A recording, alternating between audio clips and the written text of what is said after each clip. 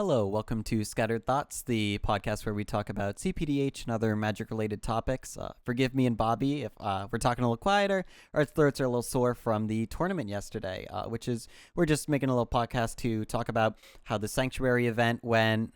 I was a player in it. Bobby was the TO, obviously, so he did not get to play. But overall, I think it went very well. I had a great time. So I think I'm going to pass it over to him. Just give a quick intro, some thanks, some shout outs, that kind of deal. And then we'll get into talking about kind of what decks showed up, what decks did well, what over underperformed, topics like that.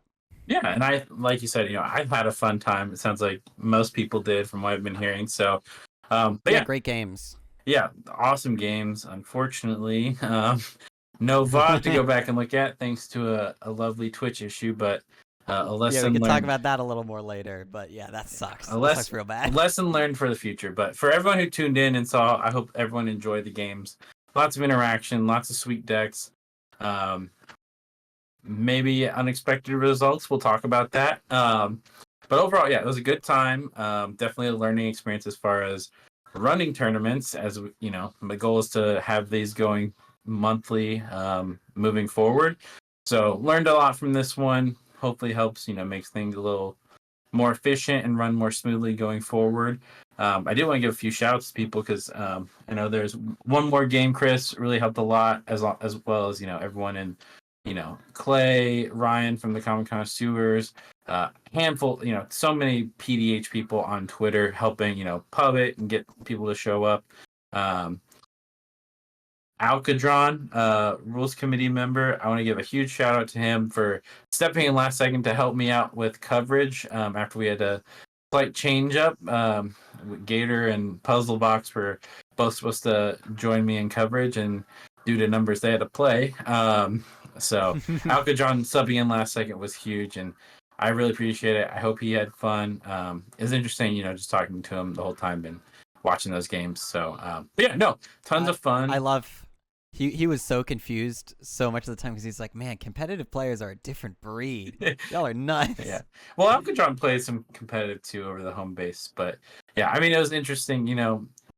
Different perspectives are always interesting, and I think that made for a more enjoyable coverage experience. And I know Alcadron is going to be commentating at the RIW Popper Commander tournament coming up in June. So it was good, kind of like, getting used to what's going to happen, getting a feel for it. So it was a learning experience for both of us, I think. And I enjoyed myself. I hope he did too. It sounds like he did. And then Puzzle made a surprise appearance after maybe not having the best showing. So rest in peace, my boy. Yeah, but gone too soon.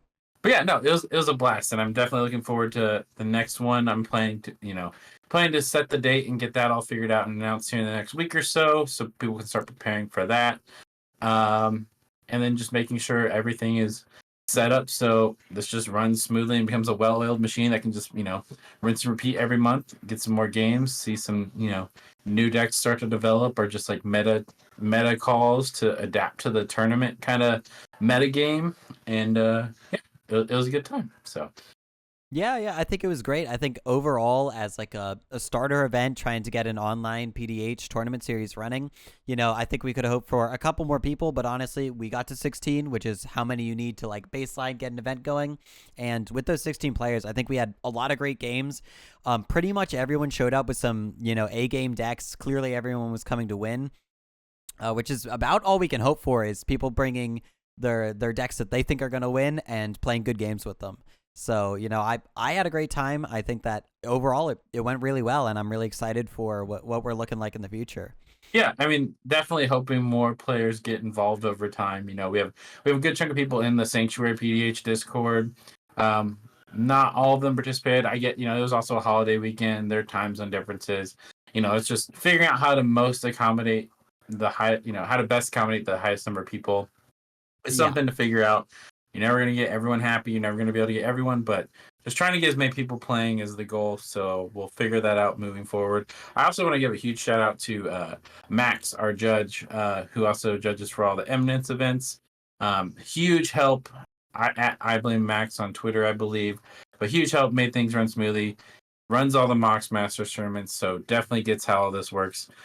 He's a big fan of seeing where PDH is going and wanting it to, continue to grow and get its moment in the spotlight, and hopefully turn into maybe not quite as big as CEDH, but hopefully a similar We feel in should terms of community and tournaments. So we should get him like infiltrating a little bit, Hmm. like MX. Hey, you heard of this other format? You guys ever yeah, you ever try it with commons, y'all? yeah, I know he has a few. Maybe we could get a couple extra. Yeah, he definitely has a few decks. He was the head judge at the Philadelphia tournament you and I played in, Yep. and definitely was playing some side games. So he's definitely promoting it. He helped promote the tournament, raise some awareness on Twitter too. So yeah, definitely cool to see the number of people who are interested.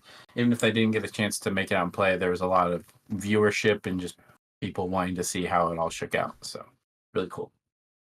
Yeah, and I think if you want, we can just start going through the decks that ended up showing up. We have all of them here. Biggest attendance was all from Simic and Izzet. Yeah. That made up 10 of our 16 decks.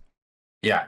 Going down the commanders, we got 4 Gretchens, 3 TPIs, Third Path Iconoclast, 2 Gut Leaders, and then the rest of the 1-copy decks were Finn the Fangbearer, which, if you don't know, that's the 1/3 who makes it's Death Touch creatures, right? Yeah, They it gives deal Death toxic. Touch. Yep.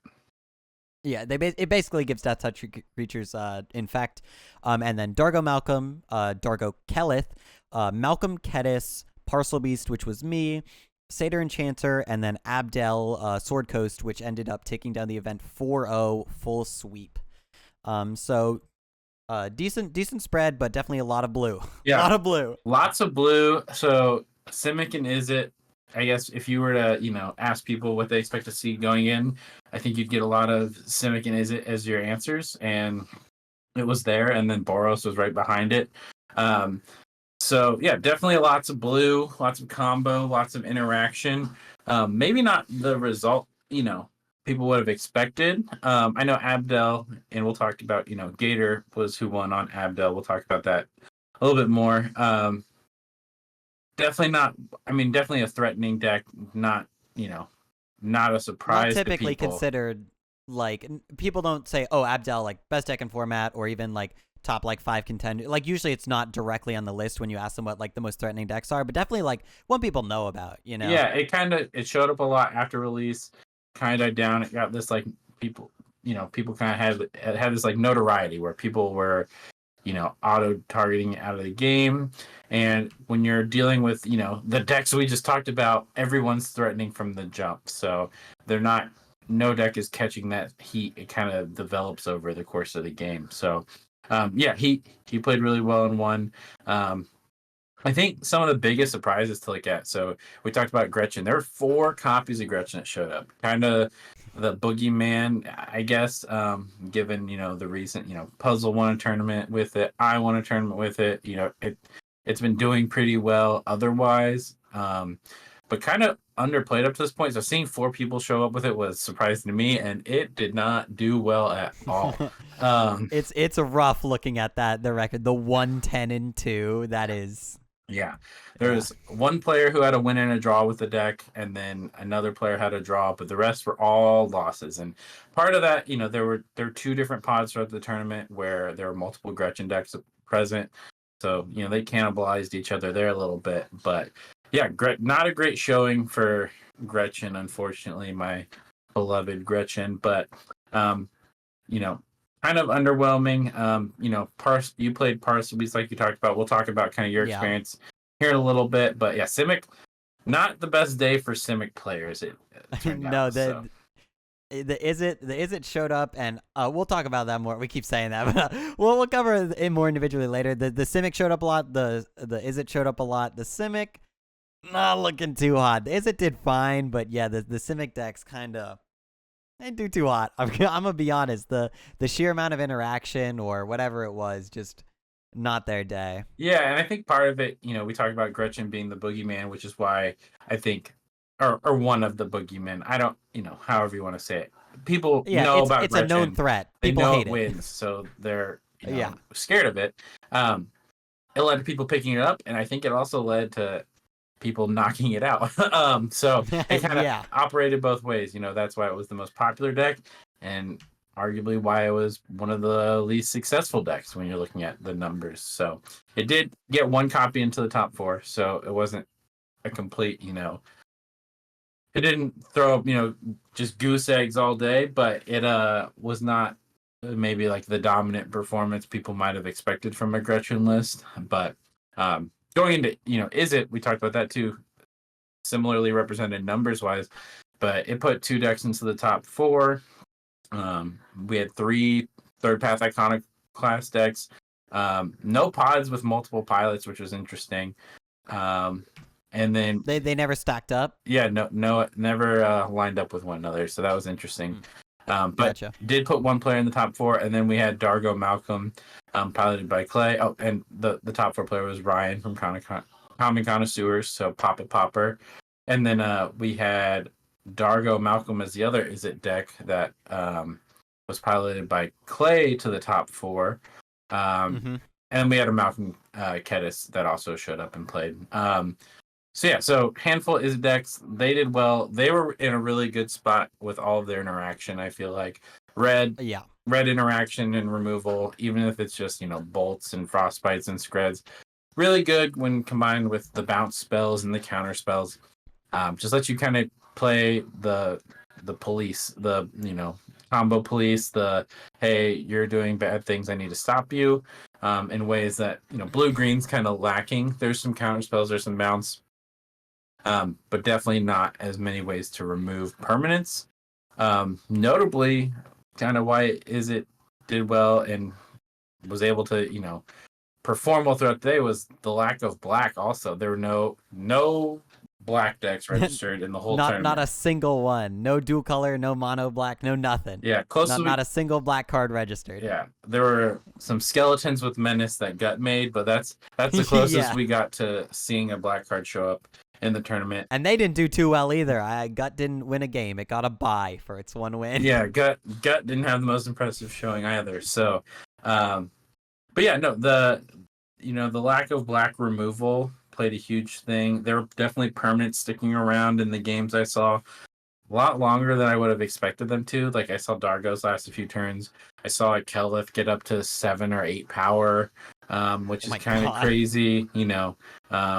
Just lots of people not interacting as much with permanents because there wasn't as much removal. Gretchen's not known for playing removal. So it was definitely interesting to see how that played out. I mean, it was surprising. I don't know what black decks I would expect to show up. Maybe a Passageway Seer, a Rilsa Rail, some sort of initiative deck, maybe, or the untapped tutor one, the one that is Disciple transmute on a body. Disciple. Yeah, it could have been Disciple. There's some ones that aren't off. I think it's interesting because black has so many good cards, but when I try to think of good, either Dimir would be my first choice.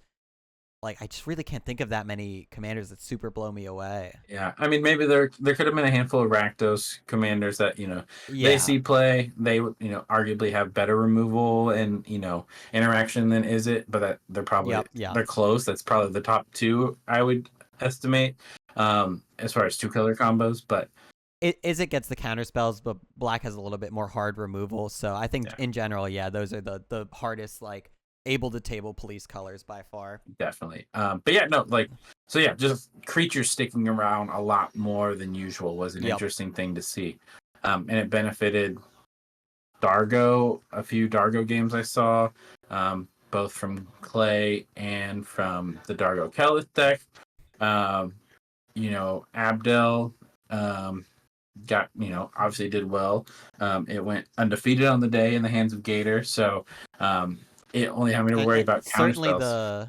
the no removal really helps there because there were a lot of games I saw where Abdel, man, he stuck around. Yeah. And when Abdel sticks around, it's a fucking issue. Yeah. If he starts getting a couple blinks, the card advantage and stuff he gets is just, it's so hard to come back from. Yeah. And it's not to say there was no removal or anything. That's not what we're trying to say. It's just there was less than maybe I would have anticipated just because of the lack of black removal. Red still is playing all the bolts. Blue is all they're all playing bounce spells. So there's still plenty of interaction removal.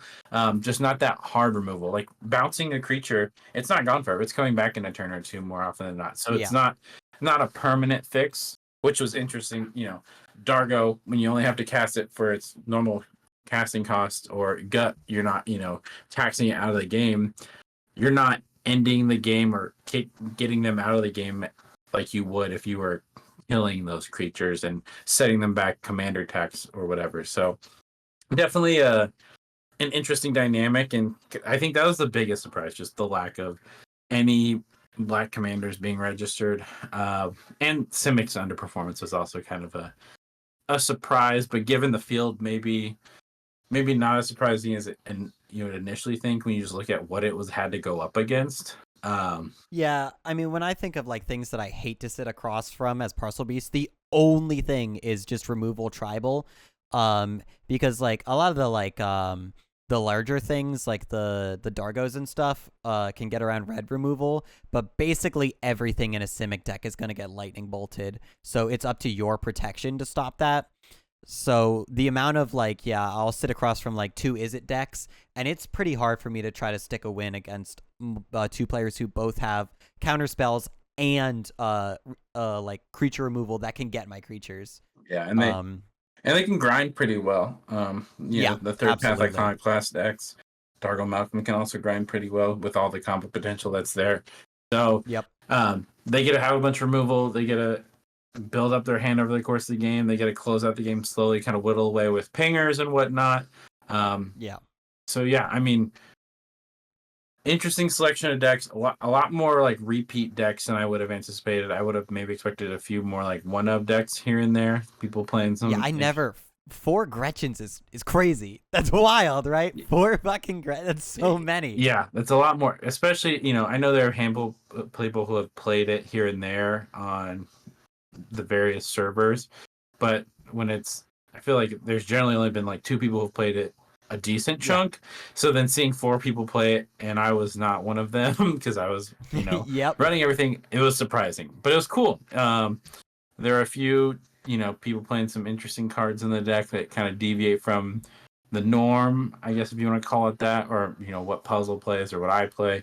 Not that they're very different, but some interesting card choices, which are something to look at. But yeah, no, interesting tournament. I guess it's important to note, like we said, Gator just absolutely dominated the tournament. Really, like won every round, won the finals. Really close, interesting finals. But yeah, Abdel with no VOD for some reason. Yeah, I don't remind me. But yeah, so Gator, and I know he and Puzzle have a podcast they're probably going to put out and talk about his experience and how everything went for the tournament through him. So I won't speak for him, but when I saw of the few games I saw him play, he had a good job of kind of either sticking Abdel early and then just kind of getting incremental value because it just stuck around, made a bunch of soldiers that put up a wall and wasn't taking aggression, or kind of just looking unassuming. There's one game where he played a rock on turn 2, rock on turn 3, Arcane Mancer turn 4. No one really batted an eye, and then he was casting Abdel the next turn and winning. So, or setting up for a win, if not winning on the spot. So, definitely, he played the deck really well. I'm sure he would share this too. When we were talking, he was, like I said, he kind of subbed in last minute to get us to 16 players. Definitely not his first deck choice either. He lent out a handful of decks to people to allow some other people to get in and play the tournament. I don't recall. Yeah, which shout outs to him for. Super sick of him to do that. Awesome. Got a couple more players in there. Yeah, no, he's been awesome at helping build up the both this tournament and just PDH in general. So it's been awesome. But yeah, it sounded like he would have preferred playing a more aggressive deck as opposed to Abdel, and then look at what happened. It worked out for him. So yeah, I mean, between you and me looking at the field, thank the Lord he did not play a more aggressive deck because it was not looking hot for them this tournament. It was actually very similar to Philly. It was like 3 combo and a mid range in the last in the finals. Which I do think that the big story about this for the decks is really these decks, I mean specifically the combo decks, decks that can like present a fast win but then grind from there. Like I'm threatening win, you better keep up removal, and then on end step do something is really good. Like all the is it decks, like I mean the Malcolm decks, they play down a pinger and everyone has to be scared from then on, and they just slowly dig through their deck and ping you down while they do that. Gretchen and Parcel Beast both do that great. I have a land on Tapper and enchantment. You have to be scared of me, and I'm going to build up value through the whole game. Those kind of decks. I mean, Abdel does the same thing where it builds up the soldiers. It builds up all the things you put under Abdel, and you slowly blink him over and over again, building up just insane amounts of card selection and stuff. And then eventually you drop the Archaeomancer or whatever it is and win. Yeah, and so and I think this kind of tight. Abdel's also a 4/4, I believe, so hard for red decks to kill. So I think this is a spot where Gator definitely benefited from there not being black decks to kill Abdel, because killing Abdel in response to the trigger, obviously a huge issue. The commander tax adds up real quick on a 5-cost commander, whereas the bounce you're just like, cool, you got to pay 5 mana to do the same thing next turn. That's fine by me.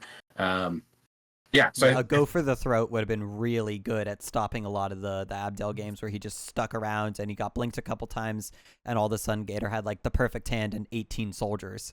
Yeah. So I mean, deck was awesome. He also got to be really aggressive with the soldiers, which is interesting to see. Not just relying on combo, but using those soldiers that you just get one to defend yourself, and then also turn the corner at a certain point when you can, after life totals are whittled down, after you kind of just sit there and maintain as best you can, and then you can kind of just win at instant speed, which is always a good thing. When other people are trying to do stuff, you can just come out of nowhere and get there. So the finals, we won't go too in detail. Like I said, Gator and Puzzle, they have the Common Theory podcast. I'm sure they'll go in way more detail about Gator's experience and Puzzle's experience both. And I know, Joe, we're going to talk about your experience here in a second, but the finals draws, baby. The finals there was it was, I believe, Gator was first, Clay was second on Dargo Malcolm, Ryan on TPI was third, and then a Gretchen player was in the fourth slot. Gretchen, I think it was Dusty, right? Yeah, I think it was Rusty Dusty was their Rusty Dusty like was spell there. table name. I played against them. They were chill, very cool. Yeah, so Gator presented an Abdel early. It was there, it had value, made some soldiers, yada yada yada. Went for it a few times, got stopped a handful of times, or couldn't go infinite. And then eventually got down. Gator was kind of not really able to be interacted with in combat because of the soldiers. Clay was kind of whittling away with Malcolm. Ryan wasn't really getting it because he just had 1/1s that didn't match up against Gator's 1/1s, but he had makeshift munitions that was threatening to be lethal for someone soon if Ryan wanted to sack his board. And then Gretchen ended up being a casualty of various aggro from Ryan and Clay, and so Gretchen died. And also, I think they had a bit of a slow game, if I remember. They just didn't draw many land on tappers, which is huge. Against all the 1/1 decks, you really need those X2s to stop just dying the entire game. Yeah, slow, not a lot of creatures, not a lot of land auras. I think they did have a combo attempt, maybe, if I recall correctly, but then it just got stopped. Yeah, I mean, but there's so much interaction at a double is it table. It's really hard to get a land enchantment down. Yeah. But eventually got down to Clay, Ryan, and Gator.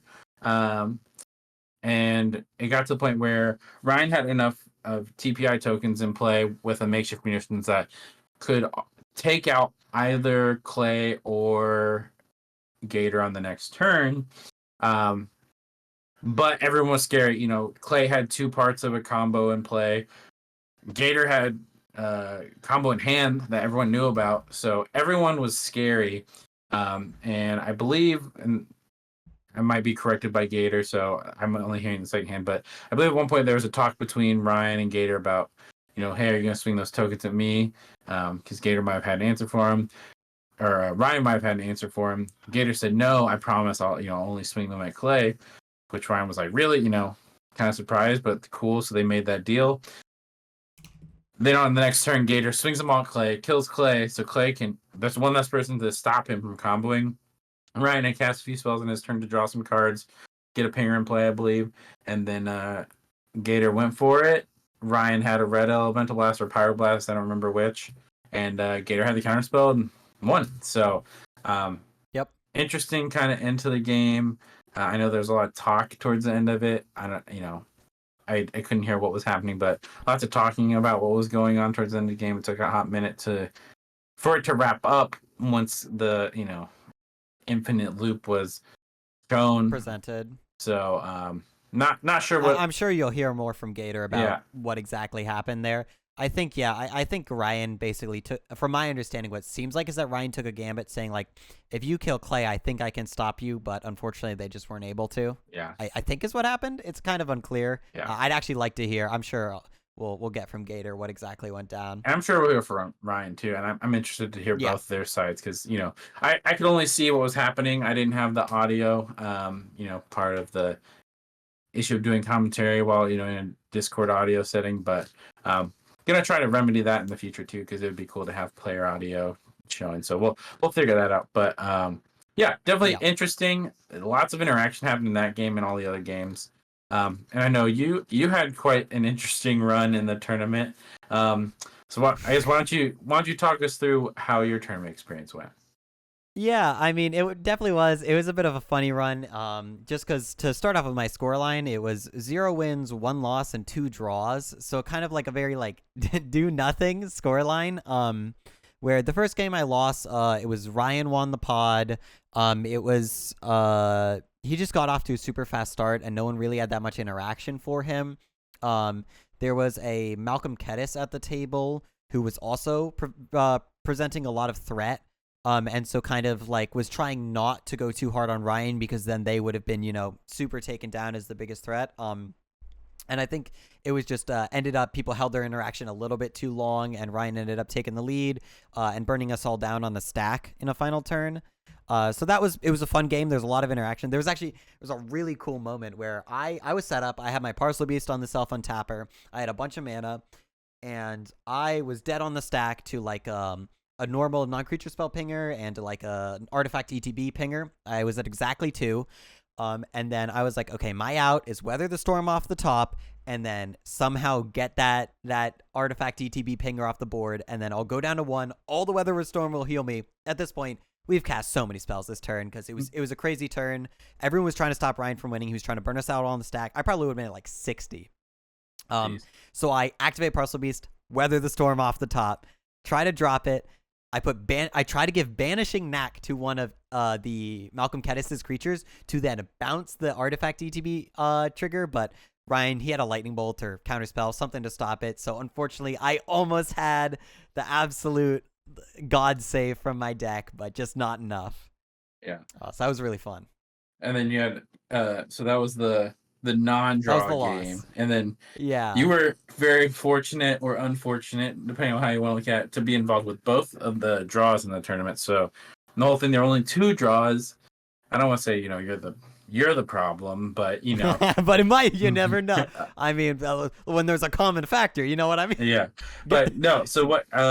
When you were in those games, we had 95-minute rounds, no extra turns. Those can take forever. So active player finishes their turn, and that's the end.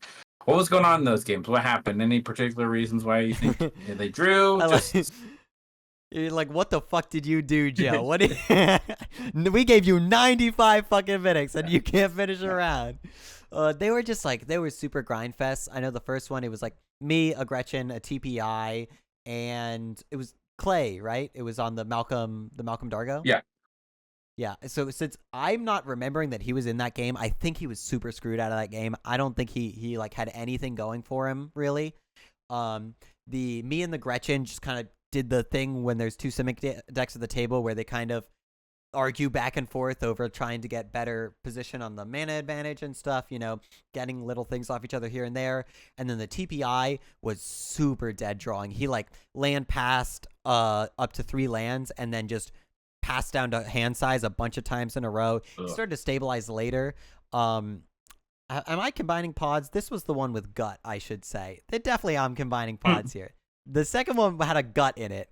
It was not a Gretchen. Let me start over real quick. I think this one was TPI. It was TPI, gut, Clay, and me, right? Can we double check this? Yeah. Double check this because clearly I'm not. I have all my games in my head apparently. You're all good. No, the first one was this TPI, gut, Gretchen, and you. And So there then was okay, yeah. and then So yeah, and then the second game was Parcel Beast, which is you, Gretchen, Satyr Enchanter, and Third Path. okay, so Clay, it was the first game that Clay was in, Clay right? was not in any. Yeah, Clay was in your first game of the tournament, but not in any of the There we draws. go. I knew he was in one of them. Anyway, so the second game, yeah. So the TPI kind of dead drawing. I remember the Gretchen not dead drawing, but had kind of a slow draw. I had a very medium paced game, and then the thing is that Gut is just in such a bad position to actually move the game along in that table because Gut has to deal with the stupid TPI tokens. I know TPI counterspelled the Inspiring Leader because once that hits the board, it's a lot worse. But without Inspiring Leader, that matchup's horrible. It's so hard to break through all the TPI tokens, and so he had to divide his resource in, putting enough pressure that he could kill us. But if he kills one Simic player, the other one's probably going to win because Gut. Just TPI isn't enough interaction, and Gut likely has very little. So it's really risky to just outright kill one of the Simic players. And so it was just kind of like TPI kept him on lockdown. His resources were spread too thin. And unfortunately, neither of the Simic decks were really able to go for it. I know that game, it was a very steady draw. I'm not sure if I ever was in a situation where I could present win. Thinking about it, I don't think either of the draws I saw a Freed from the Real out. I didn't even think about it game 2 because like that one wasn't as ridiculous to not see it. But yeah, I don't even think I saw one. Huh. Which happens. I mean, there's like Yeah. 5 copies in the deck or something. Yeah, just running unlucky happens. But Yeah, and then the third game, so that one was, can I get the run back on what? yeah, It so was this was me. you in the one seat, the It going had a first. Gretchen, I think, too, right? Gretchen second. Yeah, there's Gretchen, and then Satyr Enchanter, and Ryan on Third Path. Yeah, so that game I absolutely popped off, and I'm so sad I wasn't able to win it. I had this is really funny too. My starting hand was 2 lands and 5 land untappers.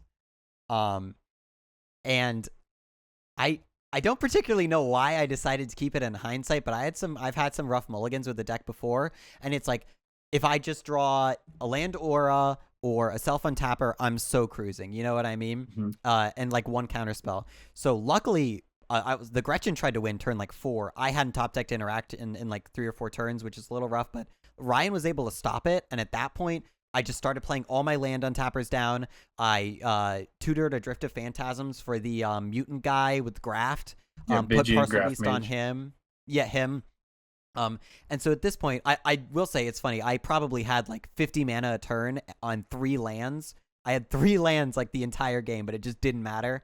But yeah, so I had by the end of like the probably like 85 minutes, like game's really about to wrap up, I had almost every single land untapper in my deck. I'm missing like literally just like a Rhyme Wind. I've seen half of my entire deck, and once again, no freed out. And so it's just like we're getting closer to time and getting closer to time, and I'm like, if I can get back to my turn, I can dig through my deck so much. I know I can find it and win because I'm blowing so many people's interactions. Just because like if they let me get even like one more thing, a lot of the time it's just gonna get ridiculous. But I was just never able to find it. It went to time. I know Ryan that game on TPI was having a pretty slow one as far as like proactive cards. They were drawing all reaction. And so against my army of X2s, there's just nothing they could do. Gretchen, after they got stopped from the win, I was really able to keep them under locks. And the Satyr Enchanter is playing Voltron versus 3 decks with heavy removal.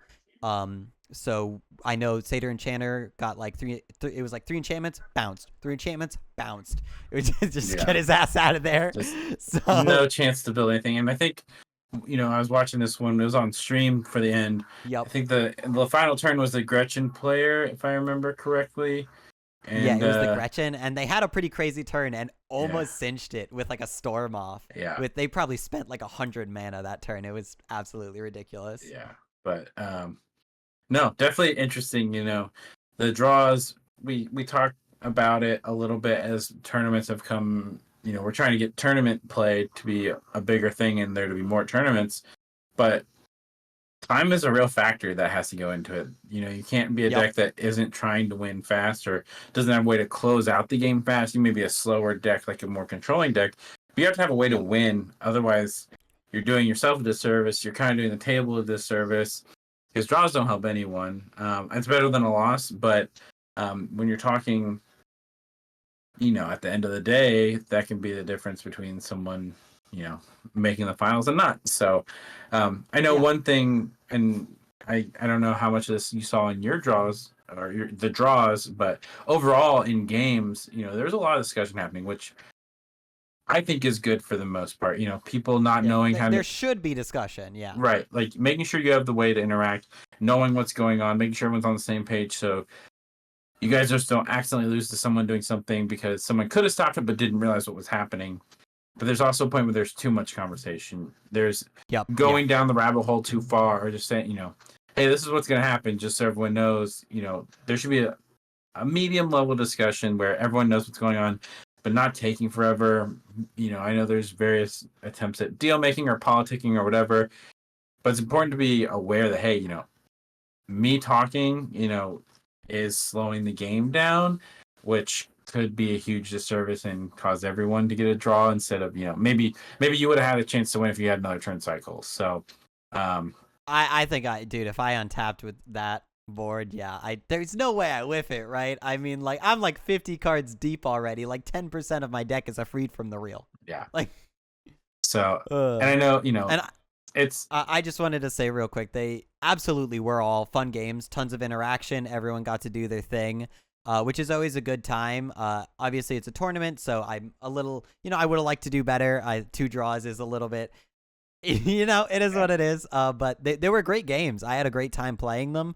And I'm really glad that I did just enter. I entered with the deck that, honestly, I think probably Malcolm Breaches was the pick for the tournament out of the decks I like. But Parcelby's a little bit of pet deck. I think the deck ran really well, except for, just a little bit of not drawing the out. Sometimes you don't. yeah. But yeah, for entering with a little bit of a pet deck, I had a great time. I think I played pretty well. It was a good time. Yeah, definitely a respectable deck choice. So no issues there. But yeah, I mean, the thing that, we went through the roster decks, just like hard hitter after hard hitter after hard hitter. It was all stars all across, solid Yep, decks, yep. known decks that can all be scary. So there's no shortage of threatening people at the table. There's never a situation I saw where, oh, we all need to team up on this one person from the jump. It's, well, this is shifting throughout the course of the game. Someone could be really scary early versus, once they get their stuff dealt with, well, okay, now this person's scary. So, and for the most part, people were pretty responsive to those changes from what I saw. There were threat assessment is a huge part of when you're talking multiplayer games. Huge. You have to take into Yeah. account what other people can do, what other people are doing, and it's a lot harder than in 1v1 where there's just one person you have to interact with and you're doing everything you can to stop that one person. You have some people that you kind of need to help out in a multiplayer game. So there's Yeah, absolutely. there's Yep. some benefit to keeping them around. But it was interesting. There are definitely some situations where maybe debatable threat assessment decisions being made, but for the most part, people seemed really on it. The games were good. No, I didn't hear any real complaints about just completely egregious decisions being made. Yeah. So that's always good to hear. No one not being aware of how the deck works or someone talking about it to know how it happens. When someone's trying to do their thing and combo off or go for a win. So that was good. Everyone was kind of brought their A game, knew what was going on, and it led to some pretty crazy games. It's pretty crazy stack fights. Like we talked about your weather the storm situation. That's pretty nuts. Dude, there's a world where the storm resolved. It would have been glorious, man. I maybe it wouldn't have been. We would have got a time calculating the storm count on that thing. That it Yeah. was pretty ridiculous. But no, awesome games to watch. Sounds like they're awesome to play too. Yeah, no, loved it. And they were, we talked about time being a factor into these. As far as I know, I don't know the turn the 2 draws ended on, but we talked about lengthy games, but they're really short. Like that overall, no games finished after turn 10. There were 2 that finished on turn 10. The rest were sub 10. Yeah. There was a turn 5 win, a turn 6 win, a couple turn 7s. What was the turn 5 one? Was it Gretchen? Turn 5 one was a Gretchen in round 1. Yeah. So, Yeah, makes sense. um, but yeah, no. So I mean, turns can take a while, so maybe like the timing doesn't feel like it's a fast game, but in overall, when you're talking turns, turn 5 is real quick. So, Yeah. I don't know. We weren't watching the game. I don't know what happened, but um, I'm that gonna just assume it's if Gretchen wins on turn 5, it's probably they went for it and no one had and enough removal to stop them. yeah, Pretty simple, and yeah. they were the first in turn order too, so they were the first one on turn 5. Oh So yeah, that's also that's scary. huge. Yeah. But yeah, no, we saw. Threat assessment was good. You talked about interaction. Lots of answers. People were prepared and knew what to be worried about. Um, and it led to some fun games to watch and play and see. So I'm really hoping, that everyone who got to play wants to play again in the future, um, and play in more of these events, maybe play some just fun test games in the server here and there. And people who are watching it, maybe, I know this was the first one, so maybe people just wanted to get a feel for it. People unavailable for various reasons. Hopefully, you can get in the next, one or two, or start doing these. We want to have these happening monthly, and more prizes, cash prizes, fun for everyone. Great games, saved VODs in the future will be a big thing. Yeah, not nuked by Twitch for no conceivable reason. Yeah. You get the hot support ticket back. Like, hey, I don't know what to tell you, man. That's tough. That's real bad. Yeah. I'm still holding out hope they have an answer, but I feel like I already know the answer, unfortunately. So, Yeah, but I don't think it takes a rocket scientist to know that Twitch doesn't care about our little rinky-dink tournament yeah. series. But you live and you learn. That Yeah. should have been recording locally, but we'll have it next time, and we might try to get some of the games that are just happening in the server up, and so people can get a feel for it. See, Popper EDH is super interactive. There's tons of broken stuff you can do if you end up doing broken stuff. You can attack with big things. You can attack with lots of things. If you like going wide, if you like Voltron, you can be controlling. You can have all the answers. You can be the mid range deck. You can do whatever you want.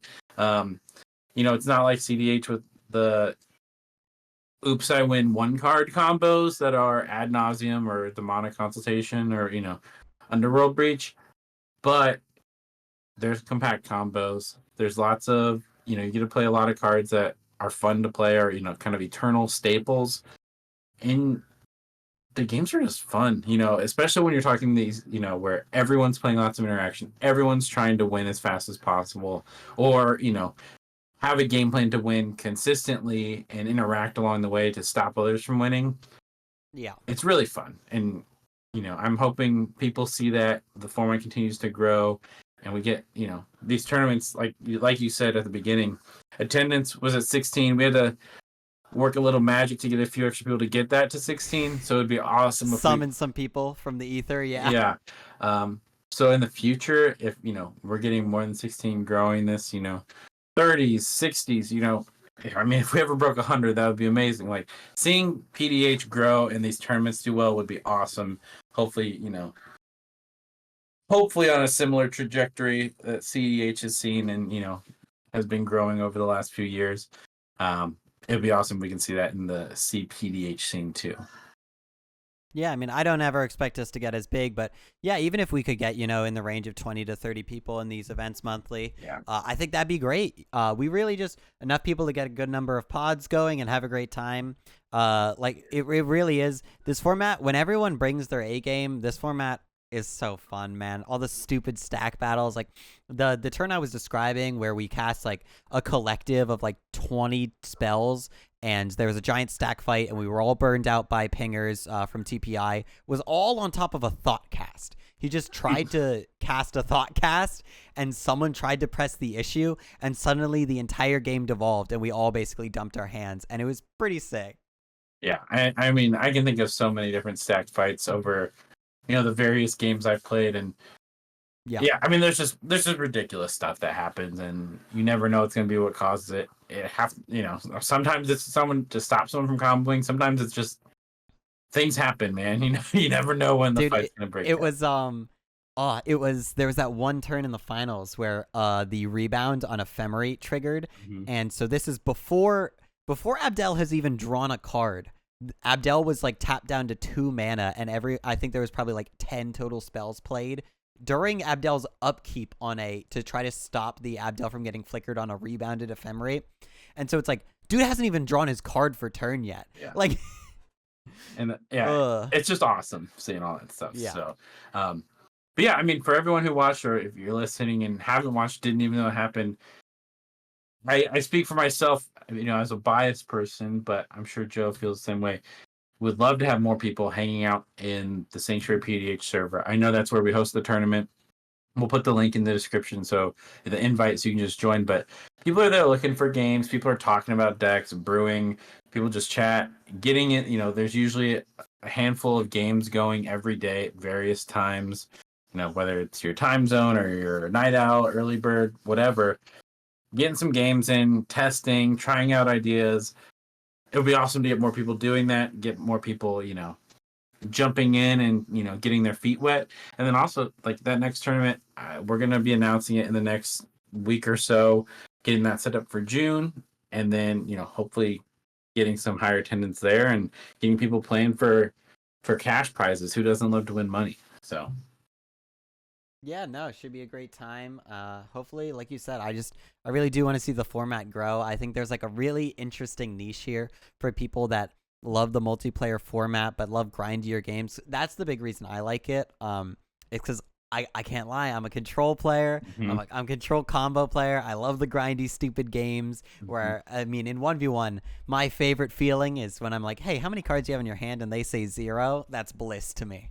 Yeah. So you're not seeing that often in CPDH, but no, absolutely. I mean, the way Commander works, it's like impossible to run everyone out of cards. But yeah, I'm just saying, like, so I love the fact that it's a little bit of a slower format, but slower is obviously relative because, yeah, I mean,